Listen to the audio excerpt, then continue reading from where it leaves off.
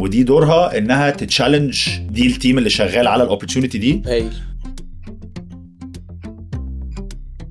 بقى اللي انت بتقعد تعمله لوحدك كمذاكره معاك انت والتيم، وبعدين ازاي الانفستمنت ده بيتوافق لحد ما نحط الفلوس بقى فاينلي، فالدنيا بتمشي ازاي من بعد السورسنج؟ بتبدا تشتغل على investment memo، ودي بيبقى usually it's a very useful exercise انك تكوندنس كل المعلومات اللي انت بتلمها بقى من third party research، من بتكلم experts، من حاجات الشركه نفسها، ارقام الشركه، التيم، رؤيتهم للمستقبل والchallenges.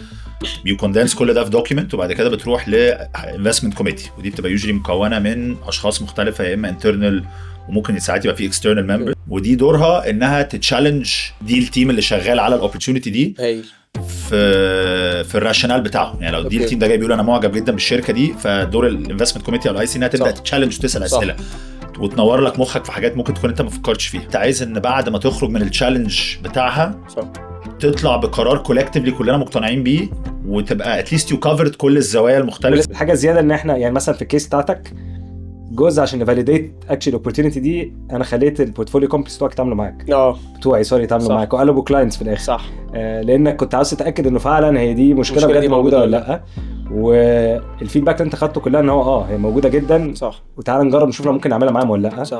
وكذا حد كونفرتد اكشن ان هم شغالين معاك النهارده، وبالتالي ده جزء كبير قوي من الدي دي بروسيس بتاعك. انك في حاجات هتفضل ثيوريتيكال، هتفضل تبص على موديل وتعمل سنسيتيفيتي، بس في الاخر مش ملموسه، انت عاوز تلمسه حاجه على الارض.